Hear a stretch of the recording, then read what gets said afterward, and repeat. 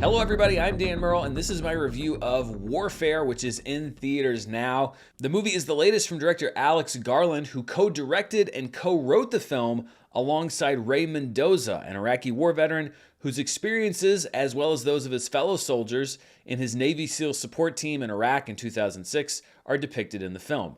Mendoza himself is a character in the movie, played by Defero Wunatai, and all of the other characters in the film are depictions of his fellow soldiers based on their memories. Warfare is an appropriate title for this movie because I don't think that it's really about the concept of war itself, and you don't get a lot of the things that you've seen in other war-related films. There are no monologues about missing home. The soldiers don't sit around and wonder what they're doing there. There's no real exploration of the geopolitics even of the Iraq War, and I'm not saying that those are things that shouldn't be addressed in a movie or a story about the same subject matter, but it's not what this movie is worried about. It's very similar to Alex Garland's last film, Civil War, in that it was very much about the conflict itself and not so much about the reasons behind that conflict. And we're really locked in with the characters in the movie. It basically unfolds in real time. It doesn't go from battle to battle to battle. There's no change in location other than the occasional view from overhead of aerial surveillance. The only real cutaway or moment we see away from the direct situation opens the movie as the soldiers watch a music video and have a good time. It's a happy memory that only counterbalances what's to come. We're basically embedded with these soldiers on a very bad day. We see the tedium of waiting around while providing cover for other soldiers, the tension as more and more people outside begin gathering and scouting their location, and then the shock as violence erupts, even when the soldiers are aware that a fight might be imminent. There's one event that kind of bisects the movie, cuts it right down the middle, that happens so suddenly that you as a viewer are in shock, much like the soldiers on screen are in shock, although obviously very different kinds of shock. And I don't think that that moment or other moments in the movie would be as effective if we weren't with these soldiers through the whole process, if we didn't see what came before, because then we can fully understand just how much things have gone from bad to worse. One convention that is brought over from many other war films is a talented ensemble cast. In addition to Defero Wunatai, who's an Emmy nominee already for Reservation Dogs, the cast includes Will Poulter as the unit's commander, Joseph Quinn, Charles Melton, Noah Centineo, Michael Gandolfini, Kit Connor, and Shogun's Cosmo Jarvis in a key role. And they're not asked to play the cliche soldier role that you've seen 100 times before. Their performances, like the film, are raw and painful and demanding as each soldier struggles to cope with the horror that's unfolding. At one point, the group that we've been following is joined by a group of other soldiers, and I found myself as a viewer resenting those new soldiers because they were treating the situation far too casually. And I felt like the movie did a good job of putting me in that mindset of understanding that the horrors of war are so terrible that you really can't comprehend them unless you've witnessed them firsthand. And that's what this movie is trying to do to us as a viewer. Will Poulter, Cosmo Jarvis, and Joseph Quinn, for me, were the standouts of the cast, although everybody does a very good job. Will Poulter, in particular, really takes a journey on this film and shows you that not all wounds that you get in war are physical. I think that it's a very effective performance, but also very nuanced.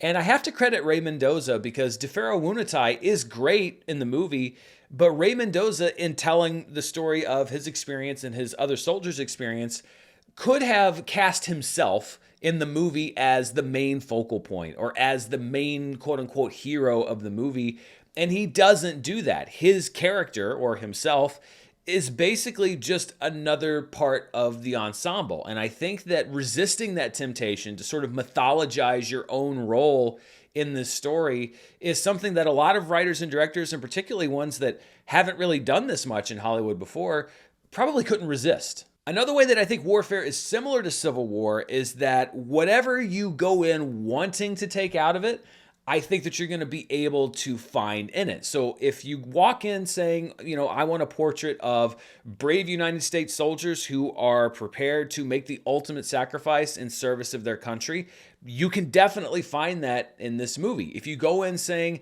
I want an anti-war film about the horrors of war and the way that civilians in war-torn countries can often get caught in the crossfire, you can absolutely find that in the movie. These are soldiers who are a brave and elite fighting force, the band of brothers that we often see celebrated, but they're also soldiers who will enter a family's home under cover of night and commandeer it as a base of operations, causing damage and putting that family in danger. War is a very horrible and complicated thing, and the movie isn't making judgments pro or con. It's not asking you as a viewer to explicitly make a judgment pro or con either. This is just Alex Garland and Ray Mendoza trying to give you as realistic and as visceral a portrayal as they can of what it's like to be a soldier under enemy fire. Warfare is certainly not a rah-rah, get-you-pumped war film, or at least it's certainly not meant to be. It's not vocally anti-war, but it's certainly not pro-war either. There's no rousing score, or really any score at all. There are no big pump-you-up speeches. There are no shots of the American flag blowing in the breeze. There's just blood and bullets and dust and screaming. And at the end of it all, we don't follow these soldiers off the battlefield. We don't see them reunite with loved ones. All that's left at the end of this movie is eerie silence and the confusion that's left after a battle is done. What was the end result of this? Who won and who lost? Again, that's not what the movie's about. Civil War was shamefully overlooked in a lot of technical categories when it came to awards season last year. I think that Warfare does offer a bit of redemption for voters that might want to recognize another film from Alex Garland. The cinematography is from first-time DP David J. Thompson, who is a camera operator on Civil War, and his immersive style, which is essentially documentary-like, works for the tone of the film, interspersed with a few sequences that are more stylized when we're seeing things from a more subjective point of view. Also, importantly, the sound design team from Civil War returns to do Warfare, and I think that the work here is just as effective in this movie as it was in the last one. The use of sound design and sound effects editing to show us the impact of on-screen violence, I think sets it apart from other war films. Every gunshot feels important and consequential, and the explosions in the film aren't the same movie explosions that you've heard 1,000 times before.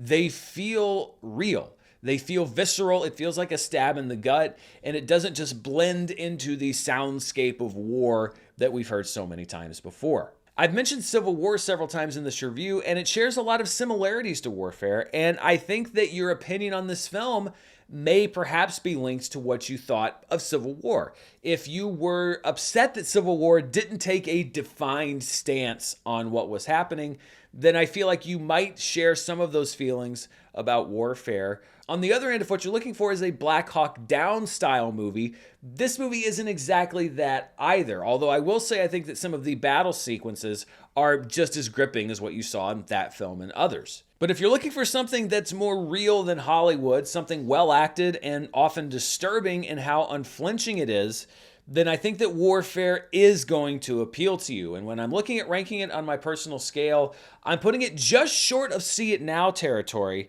but it is very, very high up in the It's Good category. I thought this was a really well-made film, and certainly one that I'm not going to forget anytime soon. But what do you think? Are you heading out to see Warfare this weekend? Have you already seen it? Let me know down in the comments below. And as always, stay tuned right here for the latest in movie news, reviews, box office, and more. Until next time, stay safe, and I'll see you then. Bye.